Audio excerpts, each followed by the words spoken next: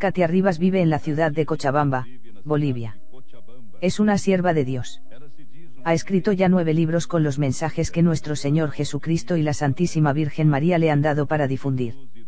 Los textos son un llamado urgente de Dios a la conversión de los hombres hacia Él.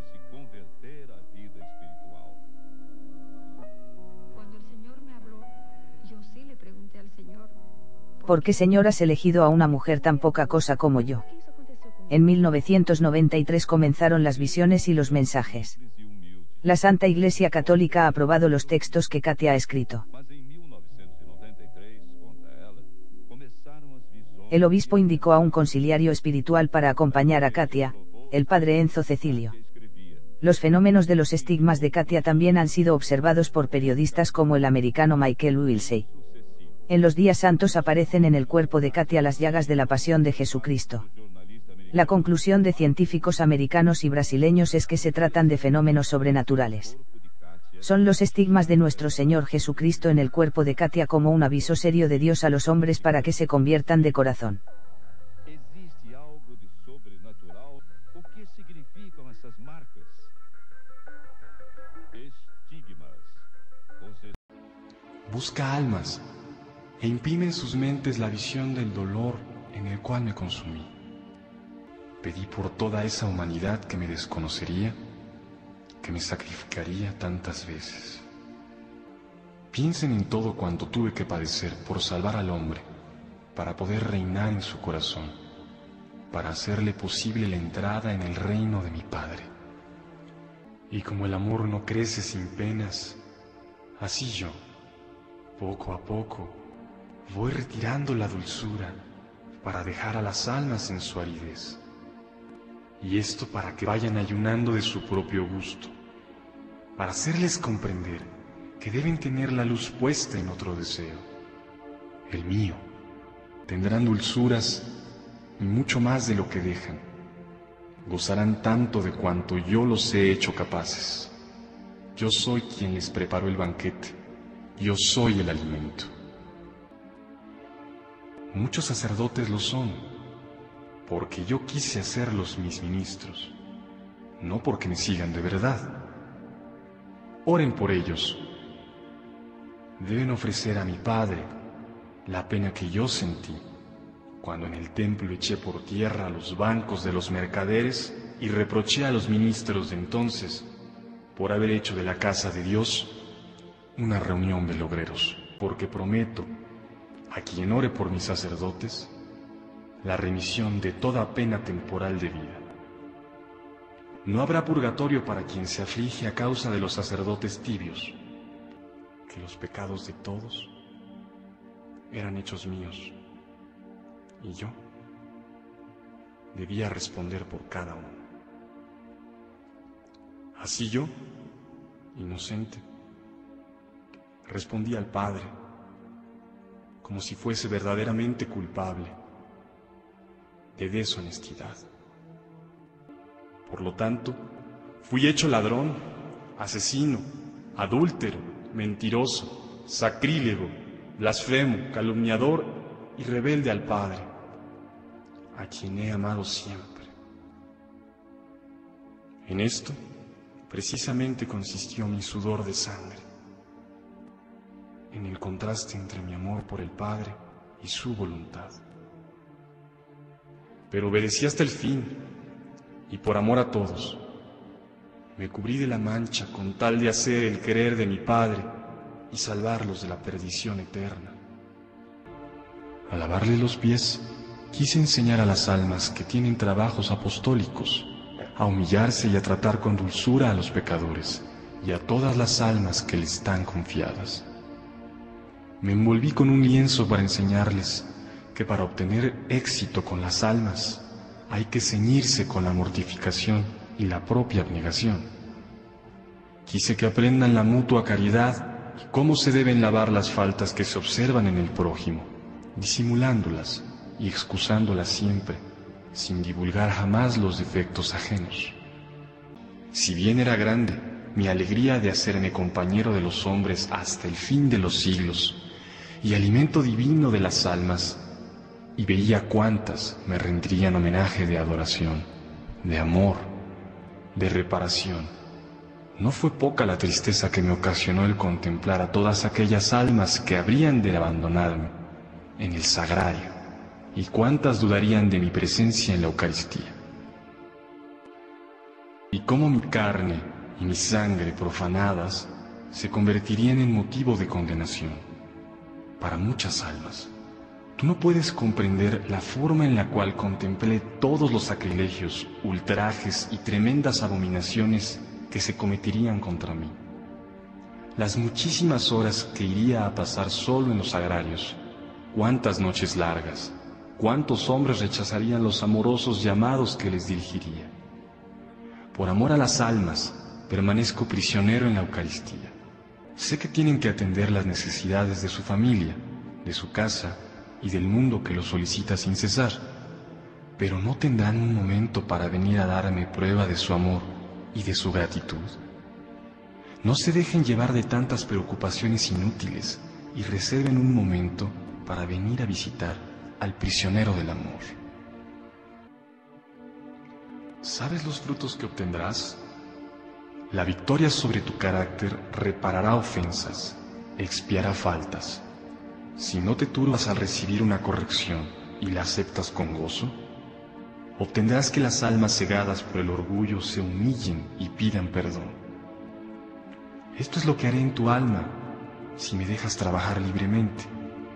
No florecerá enseguida el jardín, sino que darás gran consuelo a mi corazón.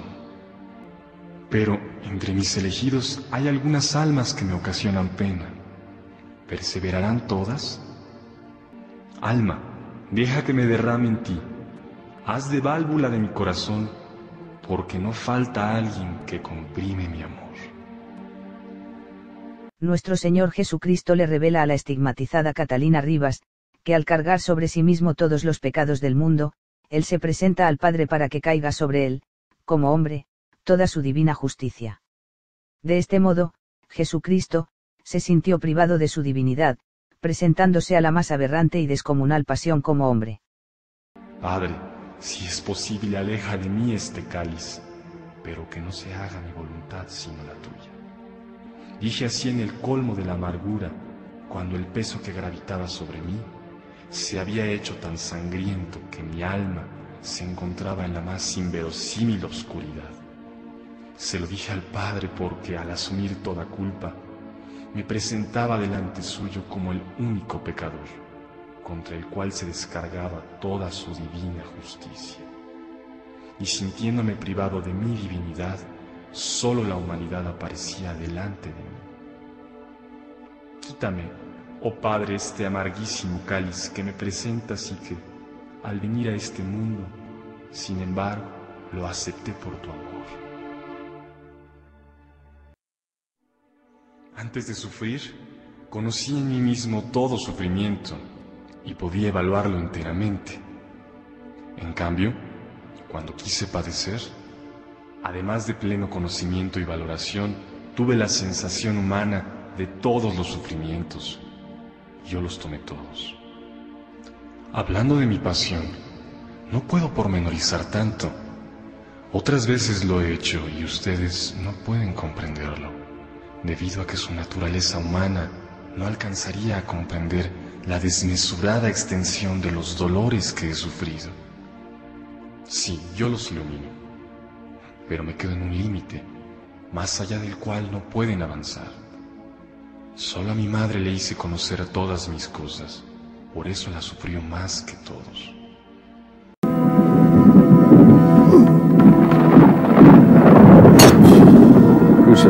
La crucifixión es el modo más cruento de morir. Es un modo excepcionalmente horrendo de castigo. Por supuesto, su víctima más célebre fue Jesús de Nazaret.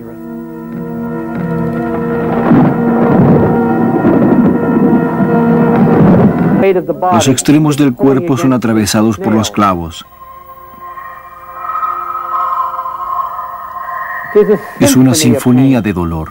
La crucifixión era un modo tan horrible, cruel, funesto. Está escrito que su angustia es tan inmensa que transpiraba gotas de sangre con las que mojaba el suelo. El hecho de transpirar sangre fría es clínicamente explicable. Es una anormalidad química descrita muchas veces como biodisfuncional. En las glándulas sudoríparas existen múltiples vasos sanguíneos con forma tubular. Bajo una gran tensión, estos vasos pueden llegar a romperse hasta que la ansiedad reemplaza la angustia. De repente ocurre lo contrario. Los vasos sanguíneos se dilatan al punto de ruptura y la sangre se vierte en las glándulas sudoríparas, y la gran afluencia de transpiración hace que la sangre se haga visible en forma de sudor. Hay una especialidad médica que se dedica a determinar las causas de la muerte. Yo comenzaría examinando los fluidos causados por la intensa respiración. Observaría la pérdida de sangre. Debe tener en cuenta que Jesús no había comido ni bebido nada desde la última cena.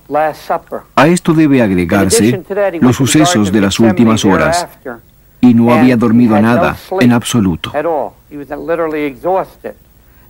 Estaba literalmente exhausto. Después sufrió de hidropesía, que le hizo perder muchos fluidos. Esto tuvo importantes efectos sobre el cuerpo.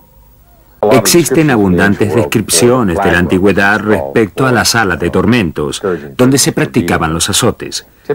Básicamente el escarnio era un garrote de madera forrado en cuero, al cual estaban atadas 3 tiras de cuero.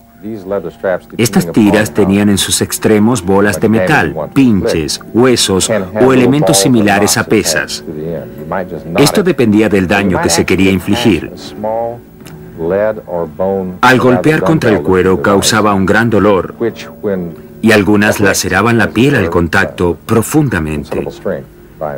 Por este motivo, si el castigo era largo, la víctima perdía abundante sangre por todo el cuerpo.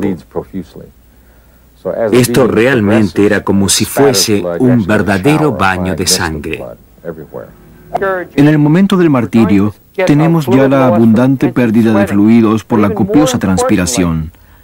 Pero lo más importante es que estaba sufriendo lo que llamamos eflusión pleural, o una formación de fluidos alrededor de los pulmones. Cuando se pierden fluidos o sangre, el cuerpo entra en estado de shock y el ritmo cardíaco se incrementa, causando anomalías en distintos órganos afectados externamente. Hay situaciones en las que el estrés y la fatiga incrementan la sensación de dolor. Es decir, los estímulos son iguales, pero el paciente lo siente más intensamente. Eso ocurre muy frecuentemente luego de heridas. A pesar del agotamiento y el sangrado de la víctima, los soldados romanos le echaron encima un pesado manto de grana y, para aumentar su dolor, colocaron sobre su cabeza una corona de espinas que clavaron en su piel.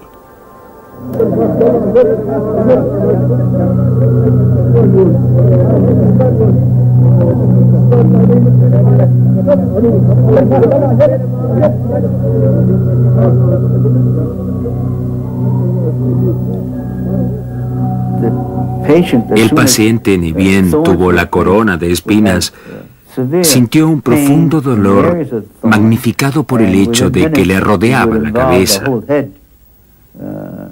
Este dolor eventualmente se extendería al cuello y a los hombros. Hay 2 importantes nervios que se extienden por la cabeza. El que está en la parte frontal es el trigémino y en la parte posterior está el nervio occipital mayor. Cuando estos nervios son irritados, causan un severo dolor. Finalmente, la situación se tornó insoportable. El paciente pudo haber experimentado un agudo dolor en las 3 ramificaciones nerviosas. Eso pudo haberlo llevado a una situación límite en la cual muchas personas se hubiesen suicidado. Los romanos tenían conocimientos sobre tormentos obtenidos en otras guerras y conmovían al pueblo judío. Es perfectamente creíble que hayan hecho sufrir de tal manera al condenado en los momentos previos a la crucifixión. Esto les servía también para burlarse y divertirse. Ellos utilizaban esto para descargar los sentimientos crueles de los gentiles para con un simple condenado judío. En esta humillante forma de castigo, el condenado es obligado a cargar el instrumento de su propia muerte a través de calles estrechas y atestadas de público. El objetivo era mostrar las flagelaciones de que habían sido víctimas la espalda y hombros de Jesús y que se apreciara el cuerpo doblegado por el inmenso peso. La cruz en sí era de madera muy pesada y se suponía que debía ser reutilizada muchas veces. Estaba hecha para durar. La madera no tenía terminación, era algo bastante áspero y tosco, hasta lastimaba la piel en las zonas donde tenía contacto con ella. Aquí podríamos decir que está en los comienzos de su estado de shock. El castigo que lo había llevado a esta conmoción había sido brutal. El shock fue causado también por la sangre perdida por todas sus heridas, la cual se veía reseca sobre toda su piel, la intensa transpiración que estaba teniendo y la acumulación de fluidos alrededor de sus pulmones. No puedo imaginarme cómo esperaban que un prisionero que había sido herido, al que le habían dado latigazos, aún pudiera cargar un peso tan grande. Gólgota, el lugar de la calavera. Este era un lugar donde se arrojaban cadáveres y se castigaba a delincuentes a los que nadie importaba. Allí los cuerpos eran devorados por perros salvajes y aves de rapiña. Por la noche, el hedor y los ruidos de las fieras infundían miedo. Era un lugar muy, muy desagradable. Cuando la piel es dañada de tal manera, hay partes en ella que son arrancadas. A causa de las heridas hay úlceras, y éstas se pegan al vestido. Al despojarlo de la ropa, le causaron un severo dolor. La víctima de la crucifixión usualmente está desnuda para acentuar la humillación. También tiene un significado simbólico, está indefensa, no puede hacer nada. Jesús sobrevivió horas de miseria, pero lo peor de la prueba estaba por venir. Los clavos que usaban fueron hallados en numerosas excavaciones. Eran muy largos. Tenían una cabeza muy grande. Era facetado como un cincel. Tenía que penetrar en la dura madera, atravesar la carne y huesos de la víctima y penetrar otra vez en la madera. Los clavos fueron colocados en sus pies y manos.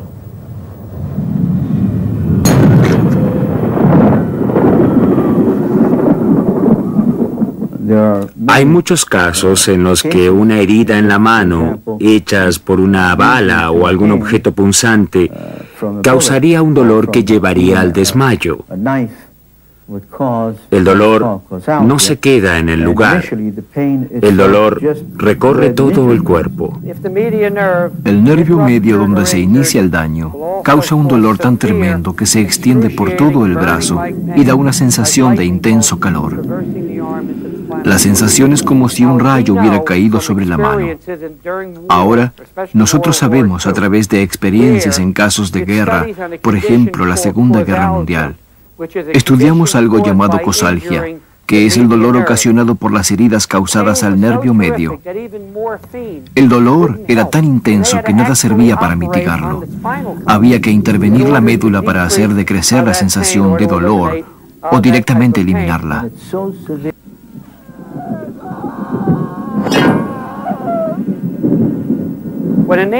Cuando el clavo penetra en la parte superior del pie, ya sea cada uno por separado o ambos, destrozaría o al menos dañaría los nervios plantales que se encuentran en el empeine. El dolor sería muy similar al de las manos. Se produciría otra vez cosalgia, ya que se trata del mismo caso. Es un dolor muy severo. Es un dolor abrasador, como si un rayo atravesara las piernas.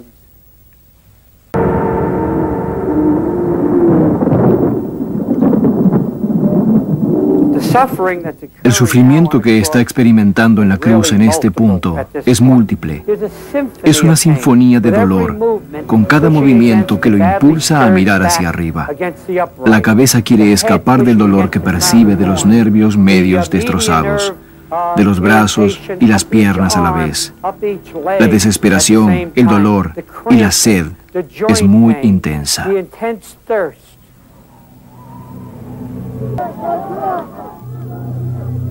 A menudo, durante las crucifixiones, la víctima moría de inmediato, pero pasaron horas antes de que Jesús terminara de experimentar los sufrimientos finales. En situaciones así, el sujeto crucificado experimenta severos cambios en el funcionamiento de su cuerpo.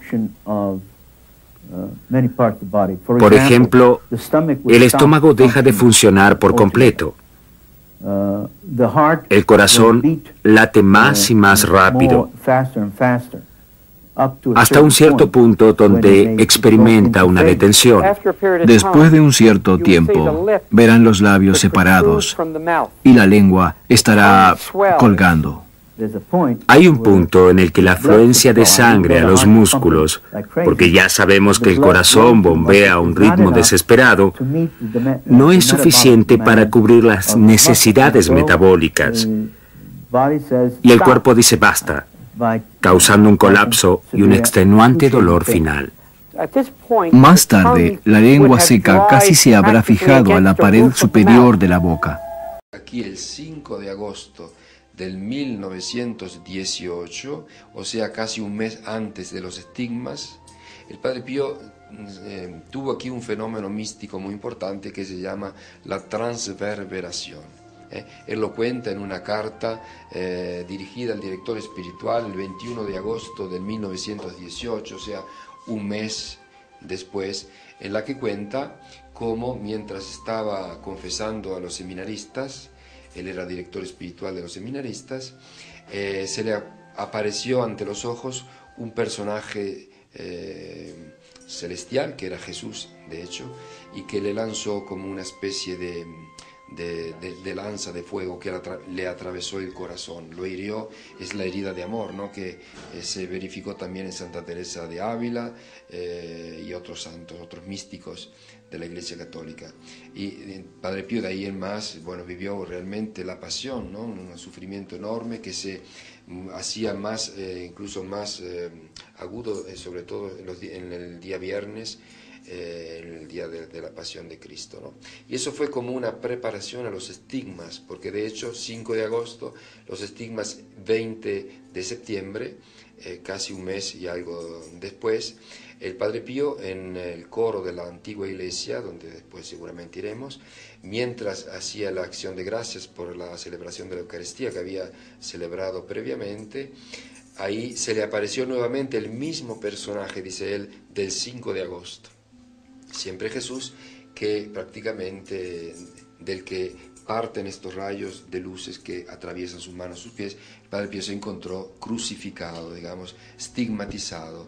Y él desde el coro vino a esta habitación, caminando a través del corredor, para tratar de enjugar las heridas, de, digamos, bloquear la salida de la sangre, ¿no?, que era muy abundante. Cuando el Padre Pío se volvió en sí, se encontró que estaba caído por tierra en un charco de sangre.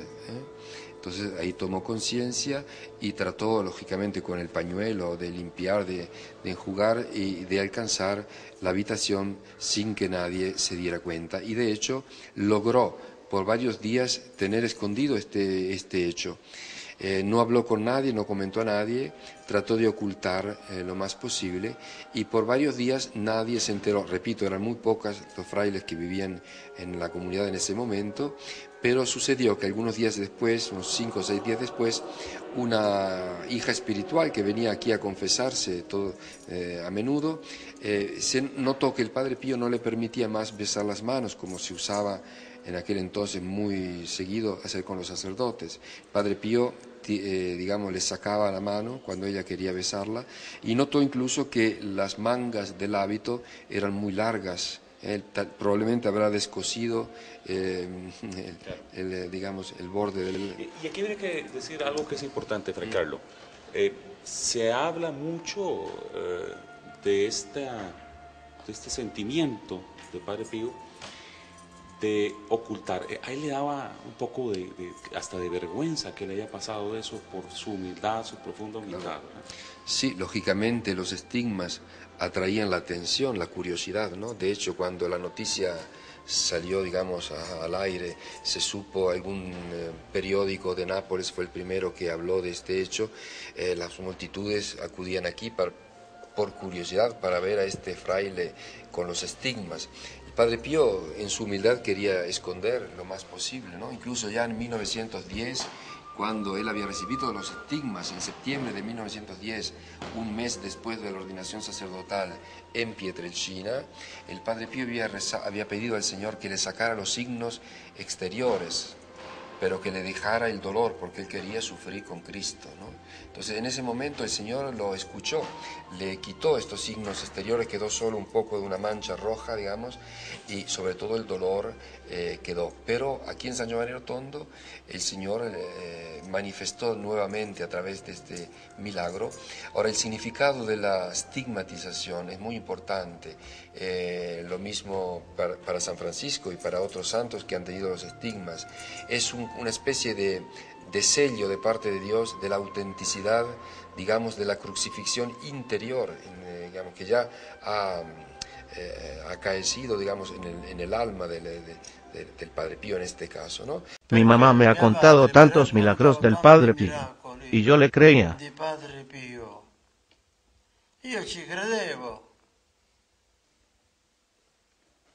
El Padre Pío contaba que la Virgen María le limpiaba las manos y se las acariciaba, todas llenas de costras de la sangre de Jesucristo su Hijo. Traspasadas, se podía ver a una persona de un lado al otro.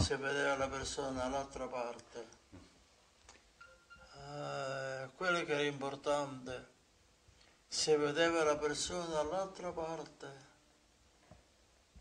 Y así también los pies, el pecho, el corazón, las 5 llagas como Jesucristo. Era un hombre ofrecido en holocausto por los pecados y transverberado en Jesucristo, en su pasión por todos nosotros. Un uomo trasformato in un secondo Jesucristo, que oraba y sufría, que sufría y lloraba, noche y día, no comía, no bebía, oraba siempre. Tuvo los estigmas por designio de Dios durante 50 años. Pregaba siempre. Desde hace tiempo siento una necesidad, la de ofrecerme al Señor como víctima por los pobres pecadores y por las almas del purgatorio. Este deseo ha ido creciendo cada vez más en mi corazón. Ya he hecho varias veces ese ofrecimiento al Señor, presionándole para que vierta sobre mí los castigos que están preparados para los pecadores y las almas del purgatorio, incluso multiplicándolos por 100 en mí, con tal de que convierta y salve a los pecadores y que acoja pronto en el paraíso a las almas del purgatorio. Cleonis Morcaldi preguntó un día al Padre Pío: «Se dice que tu cuerpo es toda una pura llaga». El Padre Pío respondió: «¿No es esta nuestra gloria? Y si no hay espacio para más llagas, entonces tendremos llagas sobre ella. Todo esto no es por el amor del sufrimiento por sí mismo, sino por los frutos que da. Da gloria a Dios, salva las almas de los vivos, libera a los difuntos del fuego. ¿Qué más podemos desear?». Sobre este asunto escribió lo siguiente: «Era verano y el Padre Pío, cuyos vestidos eran todos de lana, sufría terriblemente el calor. Le envié una camiseta blanca de lino ligero para que la utilizara en lugar de la lana. Estaba bastante segura de que iba a rechazarla. En cambio, me la envió después de 3 días, toda manchada de sangre. Prácticamente no había espacio entre las manchas de sangre. En varias zonas, especialmente en los hombros, había mancha sobre mancha. También le había enviado un par de calcetines blancos. Estos también me vinieron de vuelta totalmente manchados desde la punta hasta el tobillo». 2 hijas espirituales estaban hablando con el Padre Pío. De repente se puso pálido, y ellas oyeron un martilleo, y vieron rastros de sangre fluyendo de la boca y la nariz del Padre Pío. Mientras se limpiaba la sangre, preguntó: ¿Qué habéis oído? Un martilleo, respondieron. Vale, eso era la coronación de espinas, pero no le digáis nada a nadie. Observando una nueva camisa de lana, me señaló, para mi gran sorpresa, una mancha de sangre de cerca de 4 pulgadas sobre el hombro derecho, en el mismo lugar en el cual Jesús había estado llevando una pesada cruz. Antes de ir a la cama, recé al Padre Pío y le pregunté si él realmente tenía un dolor en el hombro derecho. Me desperté alrededor de la 1 de la mañana y sentí un dolor terrible en mi hombro derecho, como si estuviera siendo penetrado por un cuchillo. Al mismo tiempo, olí un perfume y oí una voz. Esa es la forma en la que he sufrido.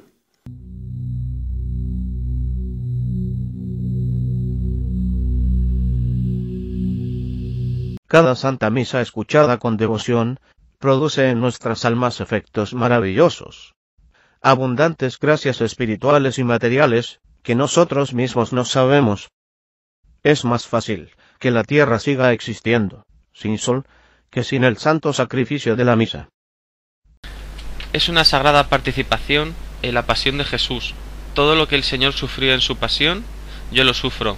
Todo lo que es posible para un ser humano. Y eso no es por mérito mío, sino totalmente por causa de su bondad. Cuando vayas a misa, concéntrate al máximo en el tremendo misterio que se está celebrando en su presencia, la redención de tu alma y la reconciliación con Dios. Asistan a la misa como asistieron la Santísima Virgen, las piadosas mujeres y San Juan. La misa es Cristo en el Calvario, con María y Juan a los pies de la cruz, y los ángeles en permanente oración.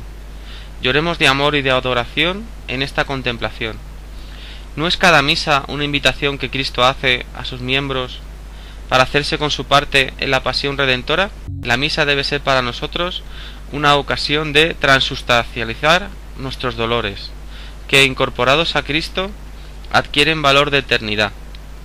La misa es lo más grande del mundo. Cada día salva al mundo de la perdición. Vi 2 filas de ángeles que salían de la sacristía delante del Padre Pío. Cuando llegó al altar, vi a la Madre de Dios a su lado. Tan pronto como la misa hubo comenzado, el Padre Pío se llenó de luz y se mantuvo así durante toda la celebración. En la elevación de la Sagrada Forma, Jesús apareció y se mezcló con el Padre Pío. Fue difícil para mí distinguir a las 2 personas. Durante la comunión, la fusión se completó. Hijo mío, no creas que mi agonía haya durado 3 horas. No, yo estaré en agonía por motivo de las almas más favorecidas por mí hasta el fin del mundo. Durante el tiempo de mi agonía, hijo mío, no hay que dormir. Mi alma busca una gotita de compasión humana. Pero, ¡ay!, qué mal corresponden a mi amor. Lo que más me hace sufrir es que estos, a su indiferencia, añaden el desprecio y la incredulidad. Marie Julie Jaenny nació 12 de febrero 1850, en un pequeño pueblo en Bretaña, noroeste de Francia, llamado Blain. Fue bautizada el miércoles de ceniza, 1850, era el mayor de 5 hijos. Marie Julie Jaenny fue criado por unos simples y buenos padres con fe viva. Su madre era muy devota de la Virgen María. Cuando tenía 16 años, Marie Julie se puso a trabajar al servicio de una familia, pero su débil constitución le permitió permanecer allí solo 6 meses, debido a que la divina providencia le deseaba que viviera como un alma víctima en reparación por los pecados de la humanidad, y ella gustosamente abrazó con todo su ser. Se unió a la Tercera Orden Franciscana cuando ella tenía 20 años. En 1873 recibió del cielo que don místico de los estigmas. Desde la edad de 23 años hasta su muerte, unos 60 años, tuvo en su cuerpo las llagas de nuestro. Además de las 5 llagas en manos, pies y costado, Marie Julie sufrió las heridas infligidas por la corona de espinas y la cruz de nuestro el Señor en el hombro, las heridas de su flagelación, las causadas por las cuerdas con que estuvo atado, así como otras heridas de carácter más místico. Como resultado, ella fue llamada la Bedona estigmatizada. Marie Julie vivió su vida de corredentor sufrimiento. Como alma víctima, en una pequeña casa de campo en la pedanía de la Fraudais, al noreste de Blain.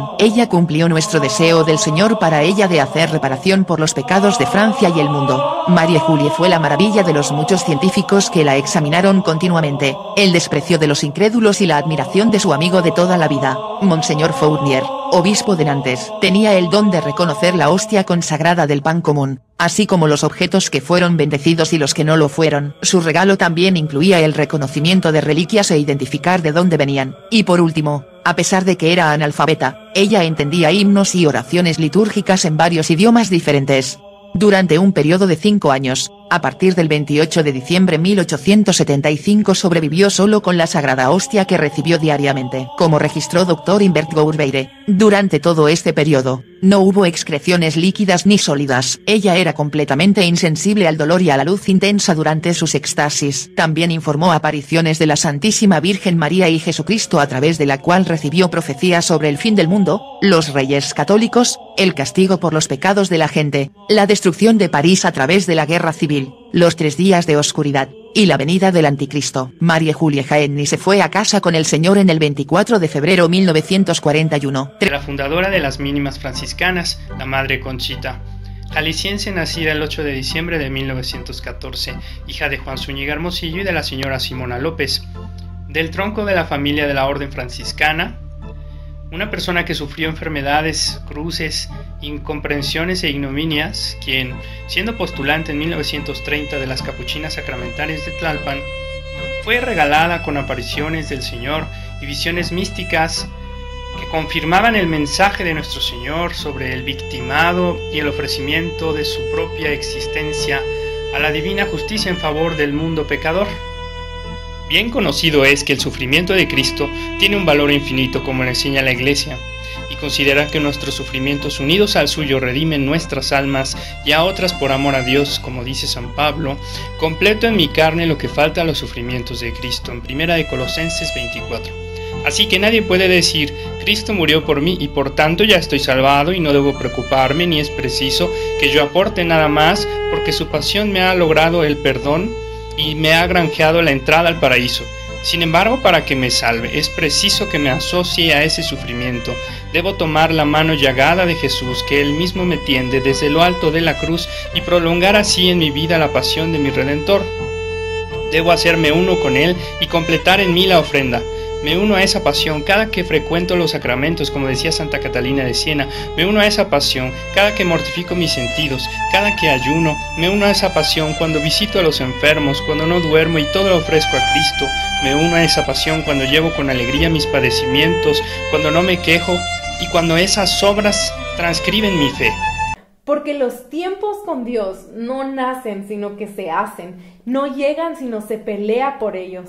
Y si tú no estás pudiendo tener tiempo con Dios en tu día a día, tienes que dejar de hacer ciertas cosas para entonces poder tenerlo. Porque no hay un sustituto para esto. Y no hay nada más importante que puedas hacer tú en tu día que el invertir tiempo para estar con Dios. Uno de los grandes usos de Facebook, Twitter, Instagram va a ser comprobar que la falta de oración no fue por falta de tiempo. O Martin Luther, que dijo: tengo tantas cosas que hacer hoy. Imagínate cuántas tenía ese hombre que hacer, ¿no? Pero por eso dedicaré las primeras 3 horas del día para orar. Y wow, en verdad, cuánto necesitamos aprender a ser sabios en el uso de nuestro tiempo. Hoy se vive sin fe, o con fe tibia. Se ha perdido la ruta por no querer emplear un poquito de tiempo con Dios. El orar os provoca fastidio. Estáis muy apegados al mundo y ya no sentís necesidad de Dios. Reavivad vuestra fe. La oración es el gran negocio de la salvación humana. El que no ora se condena. No se consigue la salud espiritual sino con la oración.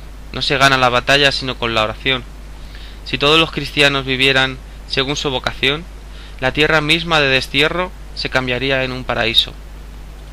Pero se vive como si Dios no existiese, y aquellos que conocen la existencia divina intentan huir de la mirada de Dios, a fin de ahorrarse preocupaciones en la justificación de su conducta extraviada. La vida no consiste en placeres, es lucha contra las pasiones, contra Satanás. Es la pérdida del tiempo pasado inútilmente en el pecado, lo que gradualmente arrastra al infierno. Este es el primer problema, evitar la pérdida del tiempo. Halláis solamente tiempo para vuestro mortal entretenimiento, el televisor, ofuscando siempre más y más vuestras mentes, contagiadas con tantas revueltas malsanas y pecaminosas. En los exorcismos del padre Fiorenzo Castorri, el demonio admite que entra en las personas a través de la televisión. Nunca en la historia el mal ha tenido una herramienta tan poderosa para pervertir como la televisión. Lo creo y lo afirmo. Nunca en la historia el mal ha tenido una herramienta tan poderosa para pervertir como la televisión. Si las almas no se acercan con frecuencia al fuego eucarístico, permanecen frías, sin aliento, tibias, sin mérito. ¿Y qué consuelo puede recibir Jesús de esas almas que no tienen la fuerza de volar sobre todo lo creado? La cruz no es sólo una condición que Jesús nos impone para seguirle, sino que es la condición más real y auténtica de pertenecer a su reino. Uno es en verdad cristiano solo en la medida en que acepta la cruz como deseo fundamental de vida, para imitar a Jesús. Aparte de los estigmas, sin duda el fenómeno místico más visible y espectacular, el Padre Pío recibió en su vida otros dones sobrenaturales: bilocación, visiones, éxtasis y clarividencia, efluvio de santidad y sanaciones milagrosas. Pero él tenía claro que el poder divino que se manifestaba en esas señales tenía por objeto la salvación de las almas. Confesar era su principal vocación, la que le permitía apaciguar su insaciable sed de almas. El confesionario será el lugar donde desarrollará su verdadero carisma, salvar alma. Sus innumerables conversiones constituyen sin duda el más grande de sus milagros, ya que puso todos sus dones místicos al servicio de su vocación de convertir alma. Un día le pidieron sus hijos espirituales que les dejara su herencia espiritual. Él respondió inmediatamente, sin pensar siquiera: el rosario. Amad a la Virgen y haced amar. Recitar siempre el rosario. Además del amor a Jesús, afirmaba que la otra clave del misterio de la cruz consiste en ofrecer nuestro sufrimiento como sacrificio por la salvación de las almas, convirtiéndonos así en víctimas expiatorias. En esta teología de la cruz afirma que el sufrimiento, aceptado en la fe y ofrecido en el amor, se convierte en una cruz que nos purifica de nuestros pecados, nos conforma con Jesús y nos hace participar en la misión de redimir almas. Debes hablarle a Jesús, no solo con tus labios, sino con tu corazón. En realidad, en algunas ocasiones, debes hablarle solo con el corazón.